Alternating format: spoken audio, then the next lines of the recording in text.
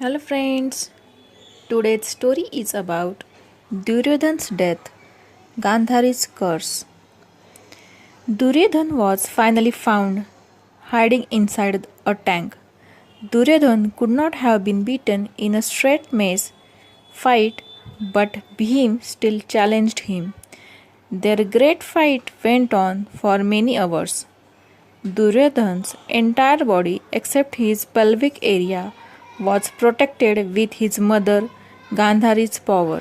So Lord Krishna told Bhim to hit Duryodhan on his thigh in order to win. Hitting anyone below the navel was not allowed in a fair mace fight. However, Bhim took Lord Krishna's hint and thus fulfilled his vow of breaking Duryodhan's thigh to punish him for humiliating Draupadi during the unjust gambling incident. Seeking revenge for his father's death, Ashwatthama entered the Pandava camp at night, killed all of Draupadi's sons, mistaking them to be the five Pandavas' brothers. When the Pandavas returned, they were shocked.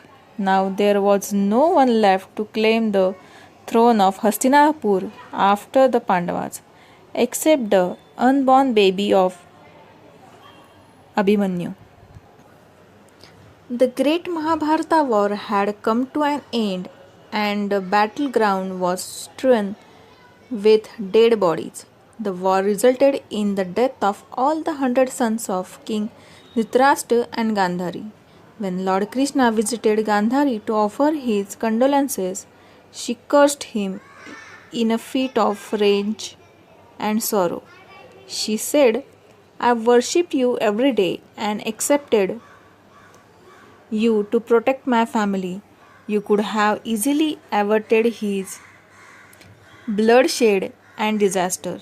Now my 100 sons are dead. Seeing Krishna smile, Gandhari started shaking with anger. You dare to smile after all of this? Just as the Kaurava dynasty had ended fighting with one another, similarly, your Yadava dynasty would end fighting and killing one another after 36 years. She cursed.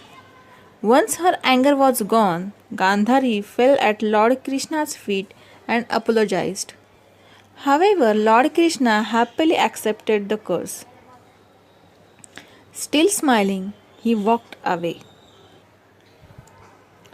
After Yudhishthira was crowned as the king of Hastinapur, Lord Krishna went back to Dwarka.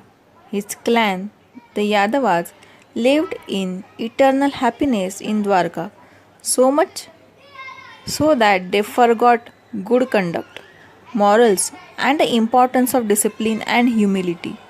Once, when sage Vishwamitra, the sage Narada, came to visit Lord Krishna and Balrama, they went beyond the restraints of respect for them.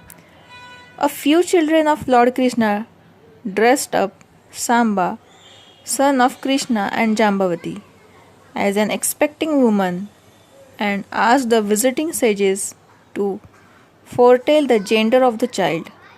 The sages did not appreciate the sense of humor of the children. Feeling insulted, they cursed Samba. You shall give birth to an iron rod, which will in turn to be cause for the fall of the Yadava dynasty. The very next day, Samba gave birth to an iron rod. When Balrama heard about it, he got it powered and had it thrown away in the ocean. Gandhari's curse started taking form. As a last resort to save his dynasty, Lord Krishna prohibited liquor in the city of Dwarka. In the 36th year after Mahabharata war, the Yadavas went on a picnic and became drunk. There was a fight between Krishna's sons, Kritavarma and Satyaki. Soon all the Yadavas took sides. They took out the stems of seaweed which grew at the seashore and hit one another. Thus, all of them died. Only one, Lord Krishna, Balrama, and Daruka, his charioteer, remained alive. The seaweed had grown out of the powder of the iron rod. It was washed up on the shore, and some of it took the form of an arrow. Deeply depressed, Balrama went into a yogic trance and gave up his body. He turned into a huge white serpent and went into the sea. He was an incarnation of the great serpent Sheshnag, the beard of Lord Vishnu. Lord Krishna was very sad and sat under a tree to meditate.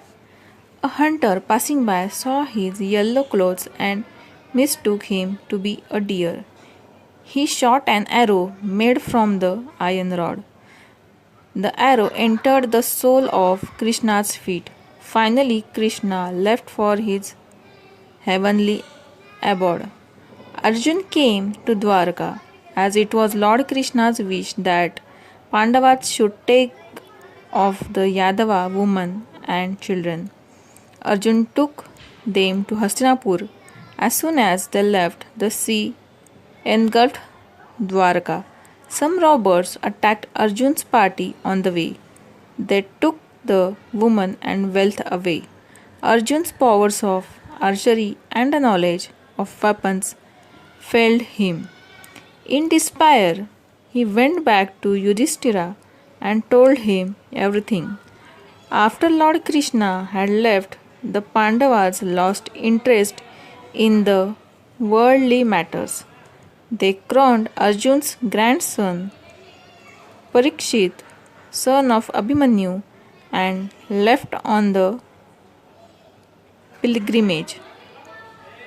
When Lord Krishna left the earth, he marked the beginning of the Kali Yuga age.